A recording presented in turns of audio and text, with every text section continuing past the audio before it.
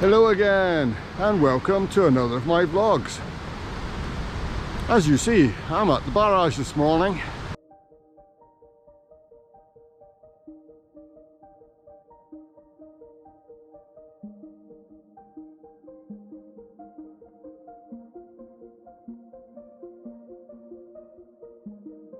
And I'd like to introduce an occasional series that I'm going to be putting on my channel. It's called Teesside Treasures, and what it will entail is me visiting various places on Teesside that I consider to be interesting. In a short vlog, I'll take you around these places and show you what's there. And in a subsequent vlog, I'll take you on a ride to reach there and come back. But on this occasion, the treasure that I'm going to visit is only 4.5 kilometres or 3 miles away from the barrage. So we'll split this vlog into two parts.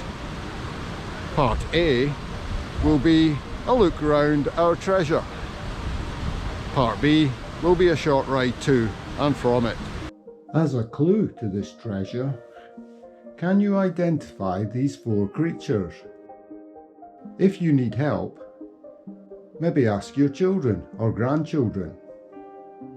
Yes, we're going to Teessaurus Park.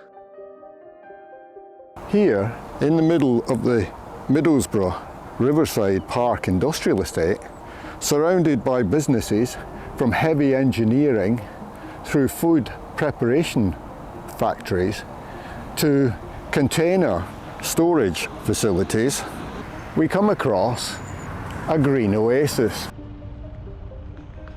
As you can see, the park has its own small car park just off Riverside Park Road, and even its own postcode, TS2 1QE.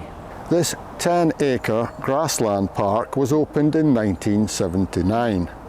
That's the year I first moved down to Teesside.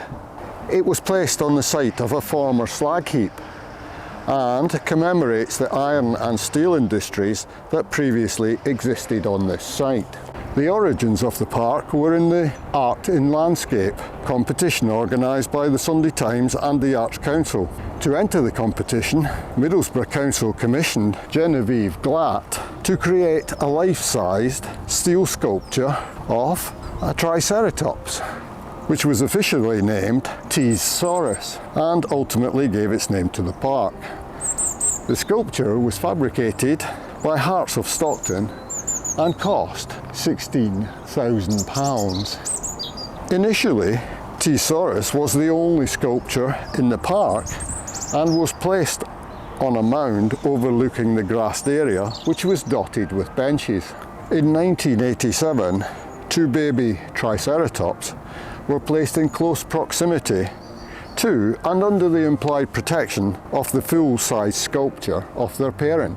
Thereafter, within a few years, additional life-size sculptures were fabricated by workers on the Government Youth and Employment Training Scheme based at a local company named Armac Training and Safety.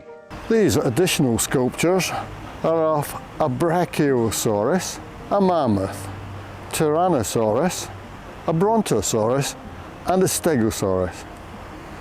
Were positioned around the sides of the park. There's a slide and a zip wire on which children can play.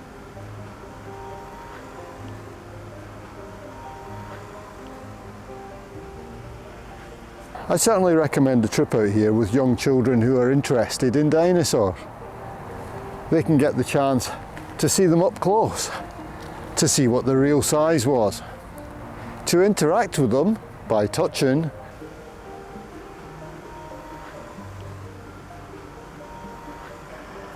or even stand underneath its belly. Having existed for 43 years at the time of making this vlog, the park is currently under threat. Middlesbrough Council has decided that the park is a non-strategic asset and has put it up for sale. The council hopes that whoever buys the land will retain the sculptures and provide public access. Otherwise, the sculptures will be relocated within the town. Where they will be moved to and how long it would take to re-erect them is still to be decided. However, we all know that such bureaucratic decisions are never swift. You can come by car, but it is also possible to walk or to cycle. So we'll start away now by riding over the lower level of the barrage, turning left and cycling east towards Middlesbrough.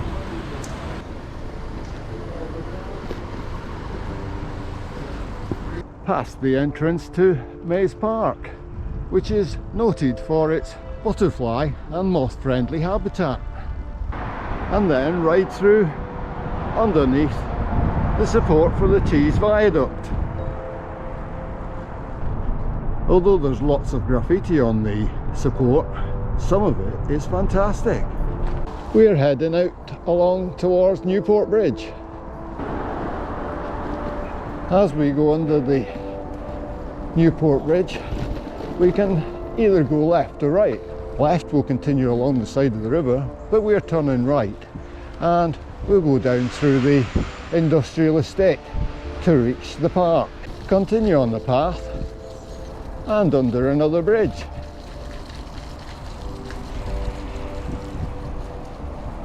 Before going uphill to meet a road. Experienced cyclists can just join the road here and turn right, go down to the roundabout and take the left turn. However, less confident cyclists can join the shared cycle and footpath down to the roundabout and then use the traffic islands clockwise to join the cycle path on the road to the left.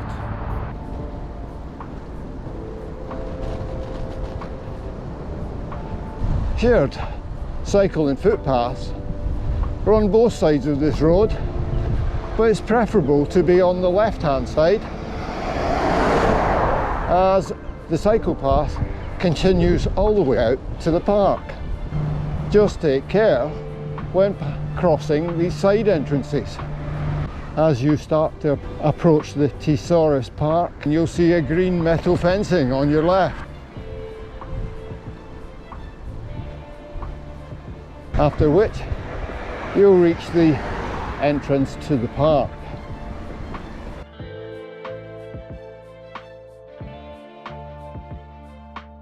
And now we'll cycle past a few of the sculptures to leave by the path out the back of the park and take to the riverside path.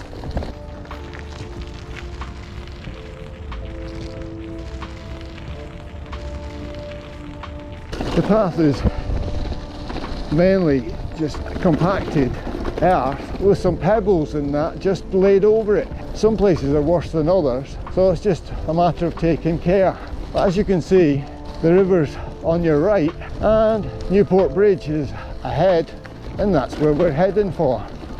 There's a beautiful view of the river across to the industrial sites that used to be ICI, and a couple of the wharfs on which you might be lucky enough to see a ship being loaded or unloaded.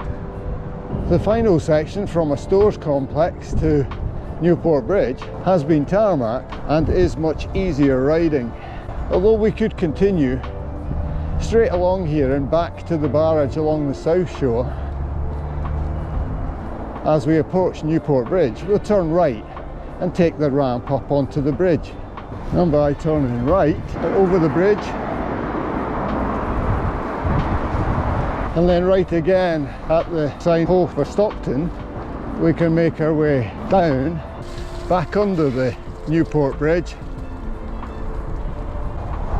and onto the riverside path along the north shore of the River Tees, back under the Tees Viaduct. And although there's more graffiti here, it's not quite as artistic as that on the south side.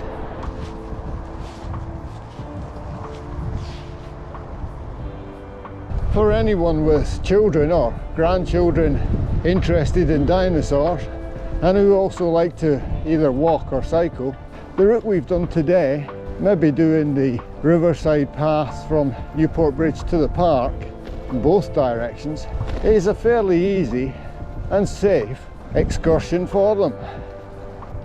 Finally we pass through another squeeze gate and can make our way back to the barrage. Back at the barrage we've completed just under 9 kilometres or 6 miles. I hope you found that this Teesside Treasures vlog has been interesting. I know it's only been a short journey, but I'm just testing out the format. As I said before, there would be 2 vlogs normally, one about the treasure and the other about the journey to and from it. How do you feel about it? Please let me know in the comments below. Thanks for watching. Until we meet again, enjoy your cycling, stay safe. Bye for now.